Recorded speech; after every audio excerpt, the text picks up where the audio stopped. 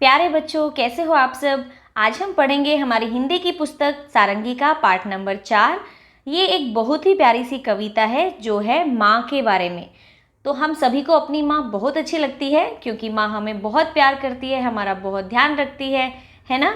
तो आज की कविता माँ के नाम, चलिए इसको गाते हैं।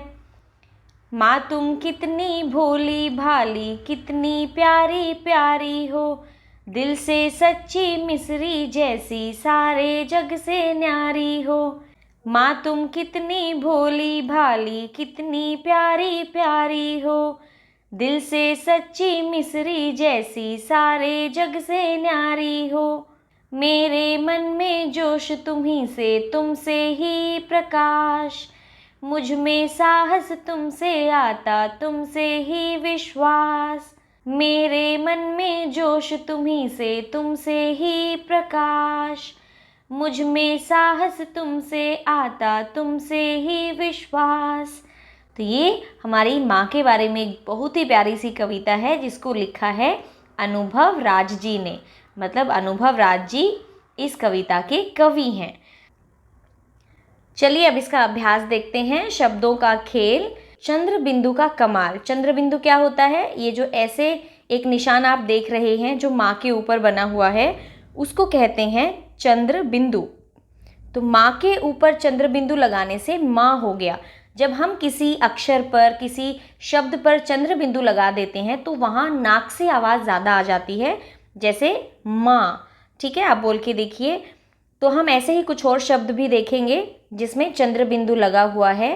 पहला है आँख। ये क्या है? आँख। तो यहाँ पर आप आँख लिखेंगे।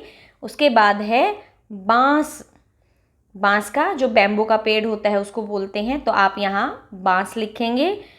उसके बाद दांत, तो यहाँ आप लिखेंगे दांत। और ये है बांसुरी। तो इन सब में ही चंद्र बिंदु लगा हुआ है ऊपर।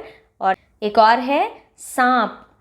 तो सांप को आप यहाँ लिखेंगे और उसकी भी आवाज़ हमारे नाक से आएगी। उसके बाद है माँ। कविता में से कुछ शब्द नीचे दिए गए हैं, उनका प्रयोग करते हुए अपने परिवार के सदस्यों के लिए 2-4 पंक्तियाँ लिखिए। भोली भाली, तो आप किसी के लिए भी लिख सकते हैं, मेरी माँ भोली भाली है, या फिर मेरी बहन भोली भाली है। प्यारी प्यारी, मेरी दादी प्यारी प्यारी है। दिल से सच्ची, मेरी बहन दिल से सच्ची है, या मेरी माँ दिल से सच्ची है।